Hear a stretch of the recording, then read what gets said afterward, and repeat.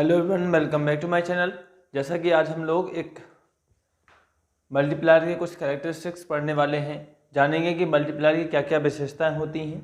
So without wasting of time आप सभी लोग अपना नोटबुक, पेन और कॉपी लेकर के इसको नोट भी करें और साथ ही साथ समझें क्या होता है कैरेक्टरिस्टिक्स ऑफ मल्टीप्लायर्स। सो फटाफट स्टार्ट करते हैं। So let's begin.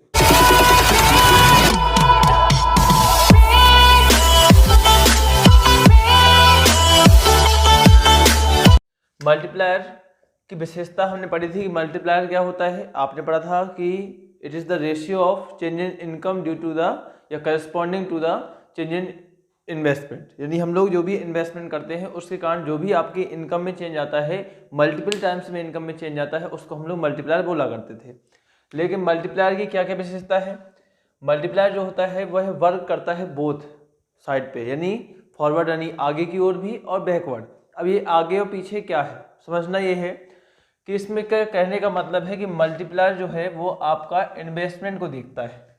अगर आप इन्वेस्टमेंट बढ़ाओगे यानी आपने कहीं ना कहीं उसमें फॉरवर्ड चला है, यानी आगे की ओर चला है। इसका ना इन्वेस्टमेंट बढ़ाओगे तो आपकी कहीं ना कहीं इनकम भी बढ़ने वाली है, और शायद बाय द वे आप इन्वेस्टमेंट घटाओगे तो कहीं ना कहीं आपकी इनकम भी घटने वाली है। देखते हैं।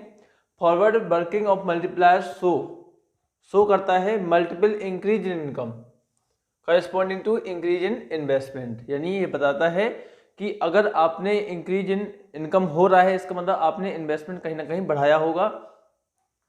ठीक है। अब ये आपको फॉरवर्ड होता है। बैकवर्ड बता रहा है कि बैकवर्ड वर्किंग ऑफ मल्टीप्लायर बताता है कि मल्टीपल डिक्रीज इन इनकम, आपकी इनकम में मल्टीपल टाइम्स में डिक्रीज हो सकता है, और कारण उसका होगा कि आपने कहीं ना कहीं इन्वेस्टमेंट में डिक्रीज कर दिया होगा।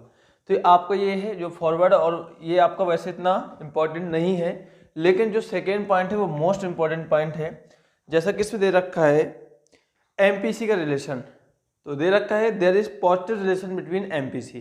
अब एमपीसी पॉजिटिव रिलेशन का मतलब है कि अगर एमपीसी आपकी ज़्यादा होगी, एमपीसी की रेट हायर होगा, यानी मार्जिनल प्रोपेंसिटी टू कंज्यूम का रेट अगर हायर होगा तो आपका मल्टीप्लायर भी हायर यानी हाईएस्ट वैल्यू आएगी, यानी ज़्यादा आएगी। तो higher MPC means higher value of multiplier.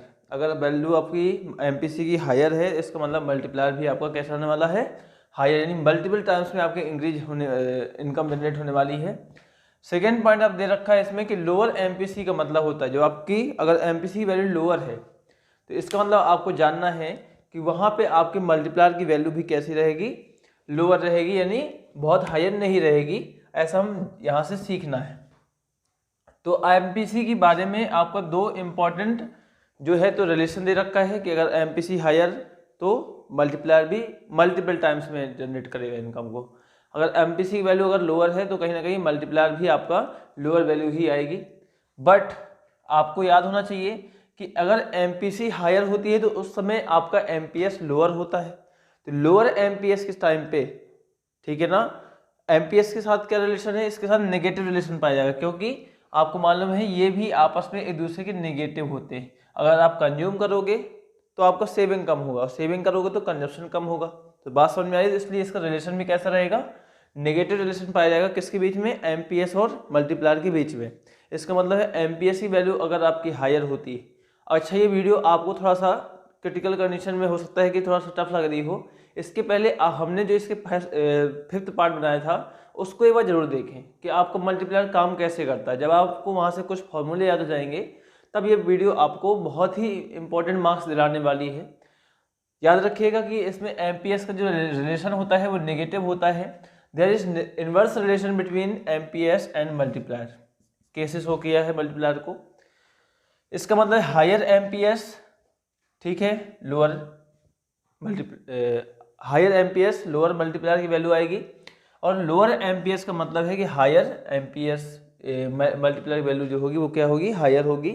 तो आपके तीसरा पॉइंट क्या था? एमपीएस से रिलेटेड था। एमपीएस का रिलेशन मल्टीप्लायर से बताया गया है।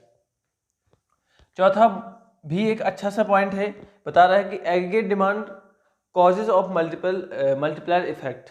जो मल्टीप्लायर में इफेक्ट होता है वो होता है टोटल एग्रीगेट डिमांड के कारण। यानी हम लोग जानते हैं कि एग्रीगेट डिमांड के दो कंपोनेंट्स होते हैं जिसको हम लोग बताते हैं C+I।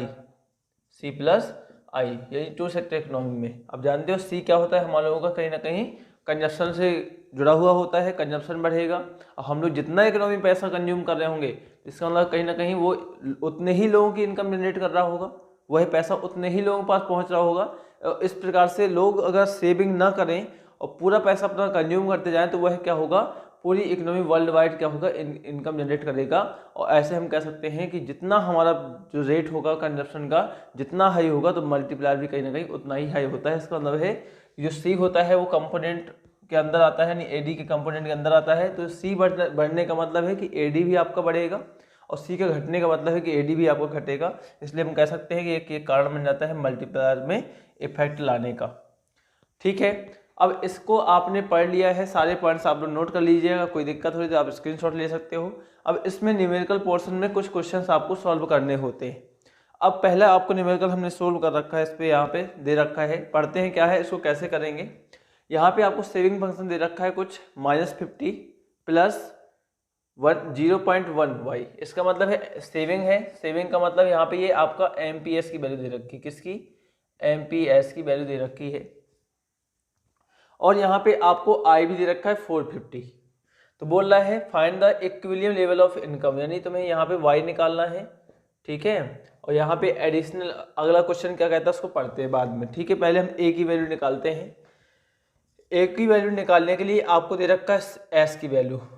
ठीक है, और एस आई के इक्वल हुआ करता था at the equilibrium level of income, यानी हमारी अगर इक्विलिब्रियम की कंडीशन है तब आपका एस इक्वल होता है आई के।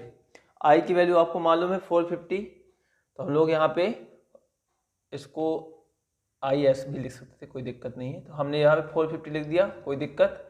और एस की वैल्यू यहाँ पे जो इसका सेविंग फंक्शन दे रखा है उसको हमने नोट कर लिया है एज इट इज। ठीक है, जैसे आप देखोगे तो 50 को अगर उस तरफ भेज दे तो 450 प्लस 50 हो जाएगा, इक्वल लगाओगे तो यहाँ पे आपका 0.1 वाई बचेगा।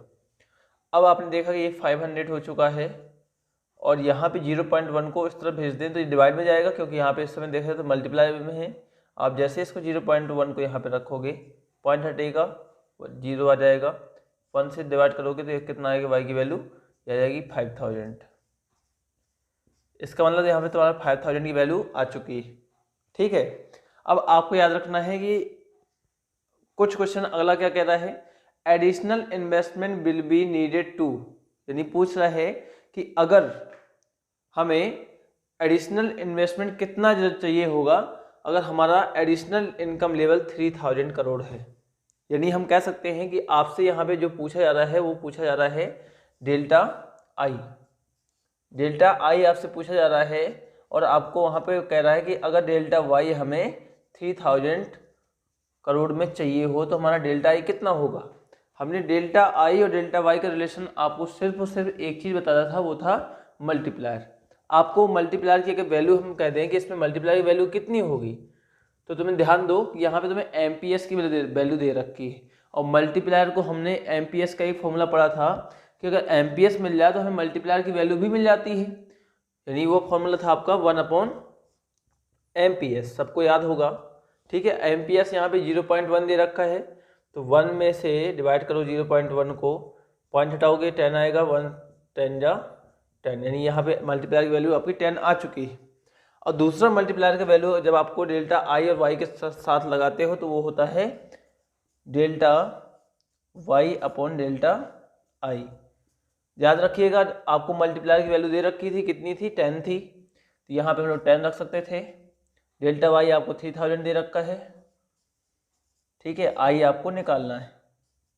हमने कहा इस आई को यहाँ भेज दो और इस 10 को यहाँ लेके आ जाओ, यानी आपको आपकी सिचुएशन बनने वाली delta I equal 3000 divide by 10। इसका मतलब है कि यहाँ पे तुम्हारा जो आंसर आएगा वो कितना आ जाएगा, डेल्टा आई बराबर 300।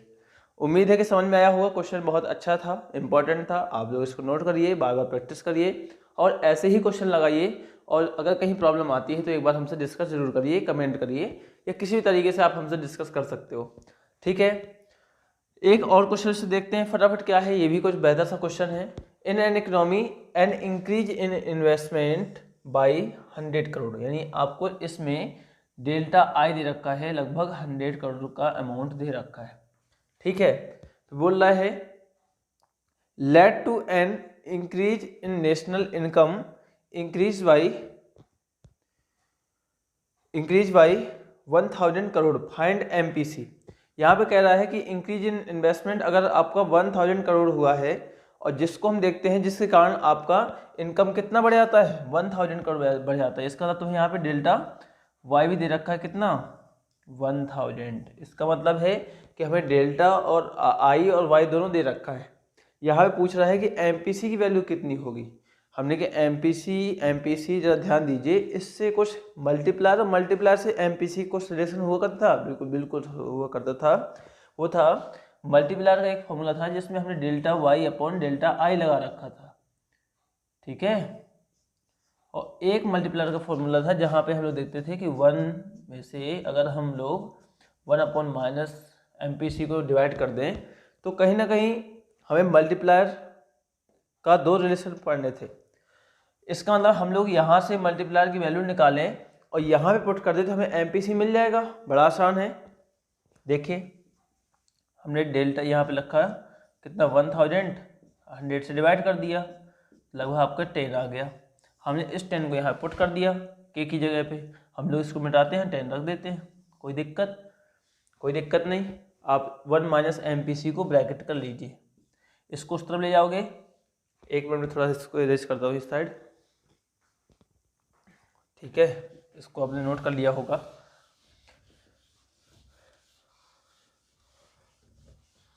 यहाँ पे देखोगे कि 10 इक्वल 1 माइनस एमपीसी दे रखा है। अब 1 माइनस एमपीसी इस तरफ ले जाओगे तो 10 1 माइनस एमपीसी इक्वल 1 आ जाएगा, क्योंकि हम पूरे को इस तरफ ले जाते हैं, ये मल्टीप्लाई में चला जाएगा। 10 1 10 होता है, माइनस 10 एमपीसी भी हो जाएगा, क्योंकि 10 का मल्टीप्लाई 1 से भी होगा और 10 का एमपीसी से भी होगा। ठीक है, क्योंकि पूरे ब्रैकेट में पूरे में होगा ना इनटू, इक्वल 1 लगा दिया। अब देख रहे हो कि यहाँ से 10 को इस तरफ ले जाओ तो माइनस 10 एमपीसी बचेगा, इक्वल 1 ऑलरेडी था, इस 10 को इस तरफ लाओ तो ये माइनस हो जाएगा। ठीक है, तो माइनस 10 एमपीसी इक्वल -9, माइनस से माइनस कैंसिल कर दीजिए और एमपीसी निकालना है तो 9 को 10 से डिवाइड कर दो, 0 हटाओगे पॉइंट लग जाएगा, यानी आपका आंसर आया 0.9 एमपीसी का। तो बढ़िया से क्वेश्चन थे, आप लोग लगाइए। और मैं कुछ क्वेश्चन आपको दे रहा हूँ जो आपको स्क्रीन में दिख रहा होगा, और इनको पुश करके आप लोग सॉल्व करिए और सॉल्व करके हमें आंसर जरूर इसके बताइएगा। और देखो भाई, अपने आप से तुम कभी झूठ बोल नहीं सकते। हमसे बोल लोगे, हर किसी से बोल लोगे, लेकिन अपने आप से कभी झूठ नहीं बोला जा सकता। ये लगभग 5 क्वेश्चन हैं, आप इनके आंसर लगाइए, प्रैक्टिस करिए। आपको वही 3 मल्टीप्लायर के फॉर्मूले हैं, कुछ बहुत खास नहीं है या बहुत ज़्यादा टफ नहीं है। अगर अभी भी आपको प्रॉब्लम लगती है तो एक बार हमें जरूर बताएं। और आपको ये वीडियो अच्छी लगी है तो कृपया लाइक करके और अपने दोस्तों के साथ जरूर इसको शेयर करें। थैंक यू, आज के लिए इतना ही। Okay, bye bye.